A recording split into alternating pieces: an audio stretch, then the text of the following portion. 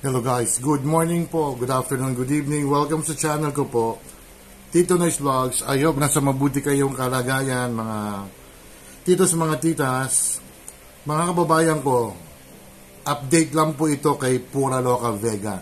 Hindi ko siya titigilan po hanggat hindi siya sincere na public apology, yung talagang tapat siya na. Kasi mga nakaraan, talagang lumalaban pa rin sa mga titos, mga titas. Kaya, ito, nadagdagan na naman siya ng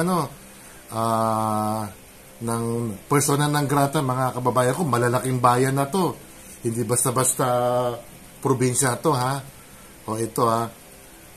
Declared persona non grata by 3 more LGUs. Pura Loca Vega also faces another criminal suit. Tikas ang ulo mo kasi. Ayan, buti nga sa'yo. Drag queen Pura Loca Vega has been declared persona non grata in more areas in the country over her controversial Amanamin performance last July 10, 2023 while wearing a black Nazarene costume. Grabe, no? Hindi, ang hirap bang humingi ng patawad? Humingi ka ng sorry, Mr. Pura Loca Vega? Matigas ka pa rin, ha? Karagdagan nito'y karagdagan 3 probinsya at munisipalidad sa Pilipinas ang nagdeklarang sa drag performer na si Pura Loca Vega Amadeus Fernando Pahente sa totoong buhay bilang persona non grata. Ito'y dahil pa rin sa controversial na Amanamin o the Lord's Prayer performance niya, kung saan nag-costume siya ng Puon Nazareno sa isang bar noong July 10 pa yun, mga kababayan, 2023. Ang Occidental Mindoro, malaking bayan yan, probinsya. Ito, mga kababayan ko, Cebu City, napakalaking lugar yan, malaking probinsya. At Laguna, ang Laguna, napakalaki rin yan, at ang mga panibagong lugar sa bansa na nagpasa ng resolusyon sa pagdedeklara kay Pura bilang persona non grata. Madami pala, no? Ito, Occidental Mindoro, noong Agosto 17, inaprubahan na ng sanggunian panlalawigan ng Occidental Mindoro sa pangunguna ni Vice Governor Diana Tayag ang resolusyon ng dedeklarang kay Pura Loca bilang persona non grata sa kanilang probinsya. Ayun. Ayon kay Tayag, kinakailangan nilang gawin ito para magsilbing aral sa hindi pamarisan ng mamamayan ng Mendoreño ang ginawang umano'y kalapastangan ni Pura sa imahe ng Puong Nazareno, mga babayan ko. Tama yun. Again, ang aking katanungan, ako po'y taga Quezon City.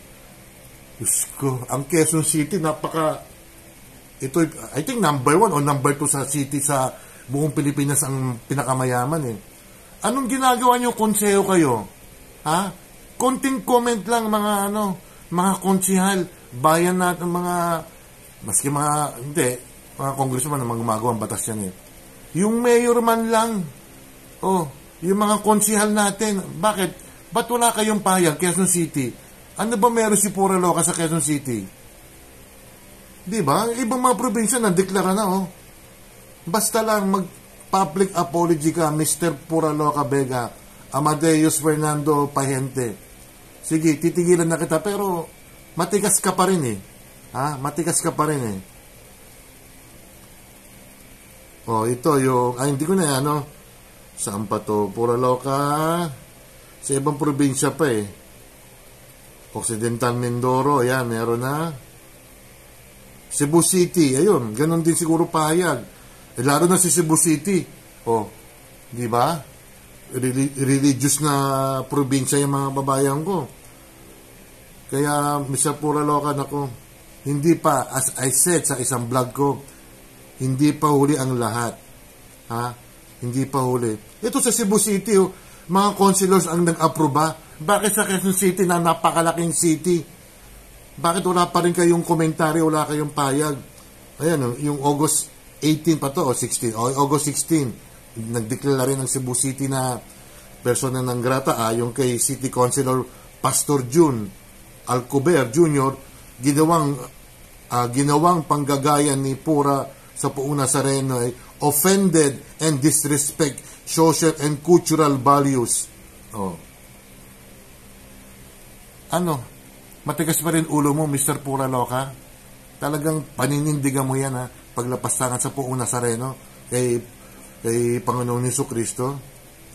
Ayan na, marami na. Diyos ko, maka-20 ka niyan, delikado ka na niyan. Diba? Ayon kay Alcober, this august body supports and values freedom of expression, enshrined in the Constitution as an avenue of valorization of human intellectual and artistic potential. The limits of freedom must be recognized. May limitasyon nga Cebu is the cradle of Christianity in the Philippines, wherein the intersection of religious beliefs and social or cultural values are somehow emerge. Kaya wala bang advisor to si Pura Loca o yung mga abogado niya na talagang mag-public apology siya, sincere na kapatawaran, humingi ka ng sincere apology. Wala pa rin diba? Kaya magdusa ka na lang, Mr. Pura Loca. Ano ba ibang bayan dito? Hindi na kasi ganun din. Pare, sa Laguna ganun din O sa Laguna rin, medyo malaking lugar yan. Kaya it is not too late, Mr. Amadeus Fernando Pahente. Sige na, humingi ka na ng tawad. Yung sincere, yung hindi mo na gagawin again. Hindi mo na uulitin ang pinagagawa mo. Pag hindi, madadagdagan pa yan. Madadagdagan pa sa norte. Bakit sa norte? Parang, meron sa Pampanga pala, mga kababayan ko.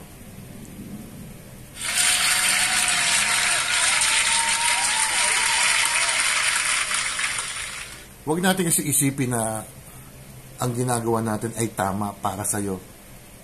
Maraming nanonood nga, di ba? Maraming nanonood, kaya ang ginawa mo mali. Sa isip mo, tamang ginawa mo, Mr. Pahente, pero mali ang ginawa mo. Unuulit ko 1,000 times. Public apology talaga. Sincere public apology.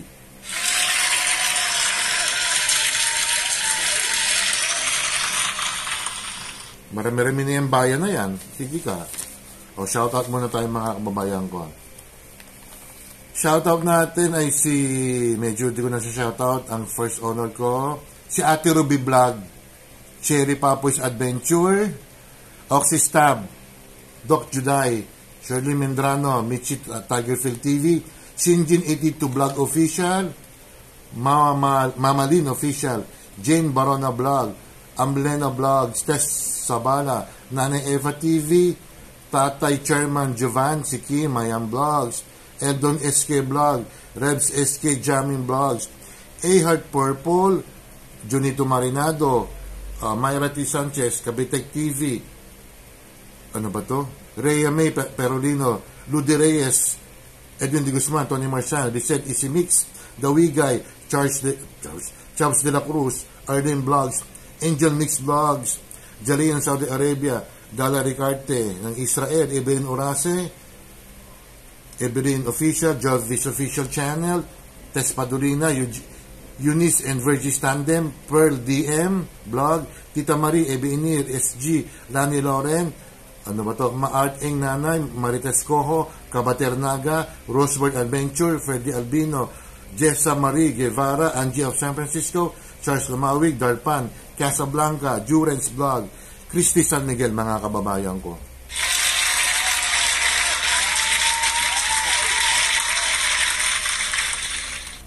Don't forget to like and subscribe.